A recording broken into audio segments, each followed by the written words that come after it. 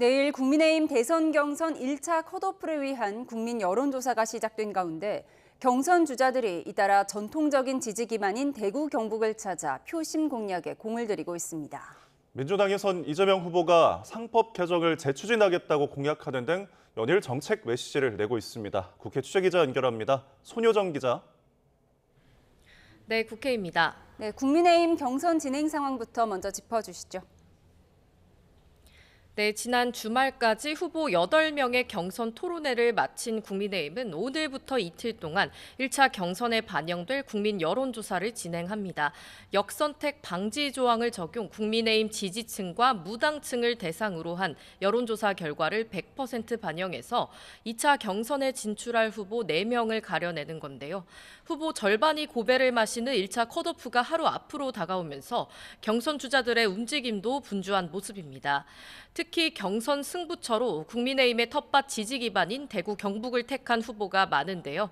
한동훈 후보는 오늘 경북 경주를 찾아 에이펙 정상회의장 예정지를 방문했고 황리단길에서 당원과 시민들을 만났습니다. 나경원, 안철수 후보도 각각 대구에서 기자 간담회와 현장 일정을 소화하고 있습니다.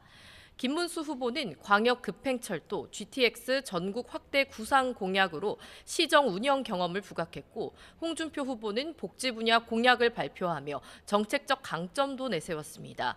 주자들 간의 설전도 치열해지는 양상인데요. 앞서 홍준표 후보가 경선 토론회에서 한동훈 후보에게 키높이 구두를 신느냐는 질문을 한 것을 두고 한 후보 측이 B급 질문이라며 반발하자 홍 후보는 이미지 정치를 하지 말라는 질문을 못 알아들은 것이라고 맞받았습니다. 네, 이어서 민주당 경선 상황도 알아보죠. 이재명 후보가 지역 순회 경선에서 압도적인 득표율을 기록하고 있다고요.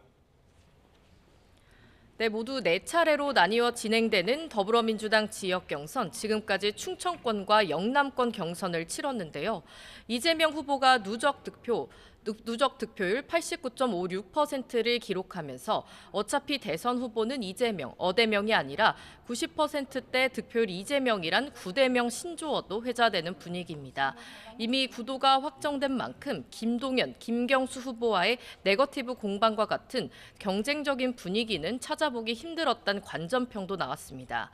이 후보 측 관계자는 계엄 이후 내란이 계속되고 있다는 당원들의 분노가 현실적인 대안인 이 후보를 중심으로 뭉치고 있다며 경선이 곧 본선인 만큼 내부적으로 경쟁할 때가 아니라고 분석했습니다.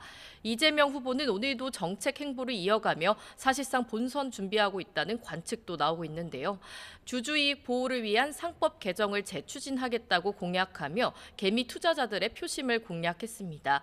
김경수, 김동연 후보 역시 후보 간 연대와 정책 경쟁에 주력하겠다는 입장이지만 남은 경선 전략을 두고 고심이 깊어지고 있습니다. 김경수 후보는 오늘 오전 기자회견을 열고 한덕수 권한대행 스스로 국정을 운영하고 있다고 착각하고 있다며 어떤 현상 변경도 할 권한이 없다고 비판했고 김동연 후보는 YTN에 출연해 한 명의 후보가 일방적으로 표를 가져가는 건 건강한 민주당과 압도적 정권 교체를 위해 바람직하지 않다고 날을 세웠습니다.